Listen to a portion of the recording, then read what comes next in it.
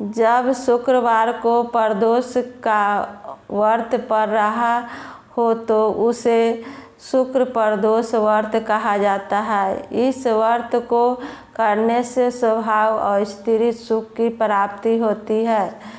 शुक्र प्रदोष की व्रत कथा प्राचीन काल की बात है। एक नगर में 3 मित्र रहते थे। उसमें से एक राजकुमार था, दूसरा ब्राह्मण पुत्र था और तीसरा किसी सेठ का पुत्र था। उन तीनों मित्रों का विवाह हो चुका था। राजकुमार और ब्राह्मण पुत्र का गौना भी हो चुका था, लेकिन सेठ के पुत्र का गौना अभी नहीं हुआ था। एक दिन सेठ के पुत्र से उसके राजकुमार मित्र ने कहा कि तुम गौना कराकर अपनी पत्नी को ले आओ। यह सुनकर उसने अपनी पत्नी को बुलाकर लाने का निश्चय कर लिया। सेठ के पुत्र ने घर जाकर कहा कि मैं अपनी पत्नी को लेने अपनी ससुराल जा रहा हूँ। यह सुनकर उसके घर वालों ने कहा कि अभी शुक्रास्त है, अर्थात शुक्र ग्रह डूबा हुआ है। ऐसे समय में बहू को विदा कराकर नहीं लाते। जब शुक्रोदय हो जाए तब ले आना। लेकिन वह नहीं माना और अपनी पत्नी को लेने अपनी ससुराल चला गया।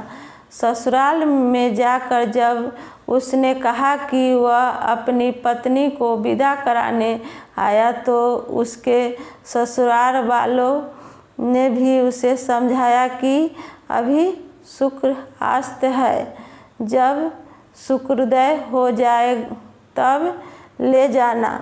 लेकिन वह नहीं माना और अपनी पत्नी को विदा कराने पर अड़ गया।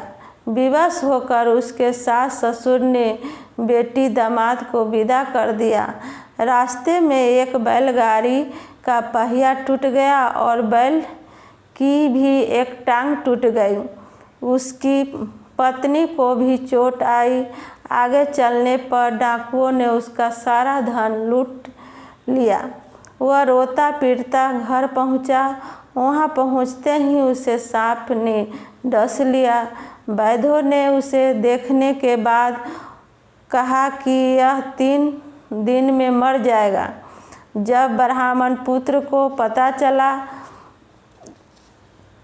तो वह सेठ के पास गया। उसने सेठ से कहा कि आपका पुत्र शुक्रास्त में अपनी पत्नी को विदा कराकर लाया है, इसीलिए घटनाएं घटित हो रही है। इससे इसकी पत्नी सहित वापस ससुराल भेज दें। वहाँ पर यह दोनों शुक्र प्रदोष का व्रत करें।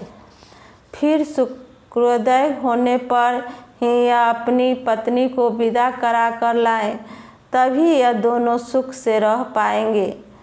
उस ब्राह्मण पुत्र की बात मानकर सेठ ने अपने पुत्र को वापस उसकी ससुराल भेज दिया। वहां पहुंचकर सेठ के पुत्र ने अपनी पत्नी सहित शुक्र प्रदोष का व्रत किया। इससे सेठ के पुत्र का जहर उतर गया।